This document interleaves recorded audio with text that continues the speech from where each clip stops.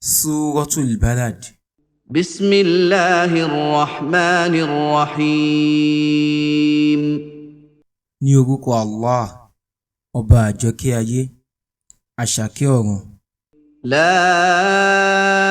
uqsimu bihadhal balad. Mo fi ilẹ̀ yìí búra, ìyẹn ilẹ̀ Mẹ́kà. Wa anta hillun bihadhal balad.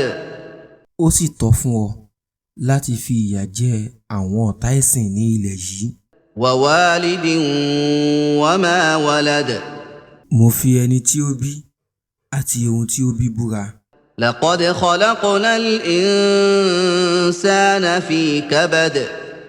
Dájúdájú, a ṣẹ̀dá ènìyàn sínú ìṣòro. Ayahsabu an lan yaqdira alayhi ahad. Ṣé ó ń lérò pé ẹnìkankan kò lè lágbára borí òun ni? Yaqulu ahlaktu malan lubada. Ó sì ń wí pé mo ti ná dúkìá dànù lọ́pọ̀lọpọ̀. Ayahsabu an lam yarahu ahad. Ṣé ó ń lérò wípé ẹnìkankan kò rí i ni? Alam naj'al lahu 'aynayn. Ṣé a kò ṣe ojú méjì fún un ni? Wa lisanan wa shafatayn.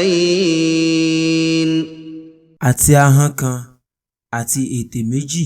Wa hadaynahu najdayn.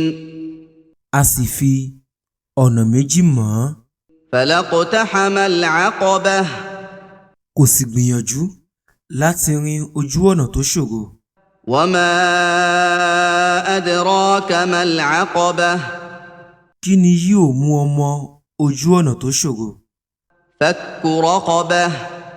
Bíbọ́ okùn lọ́rùn ẹrú. Aw it'amun fi yawmin dhi masghabah.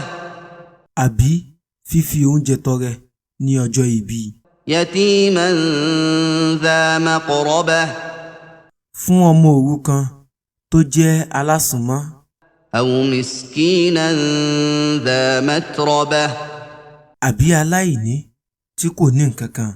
Thumma kana minal ladhina amanu wa tawasaw bis-sabri wa tawasaw bil-marhamah.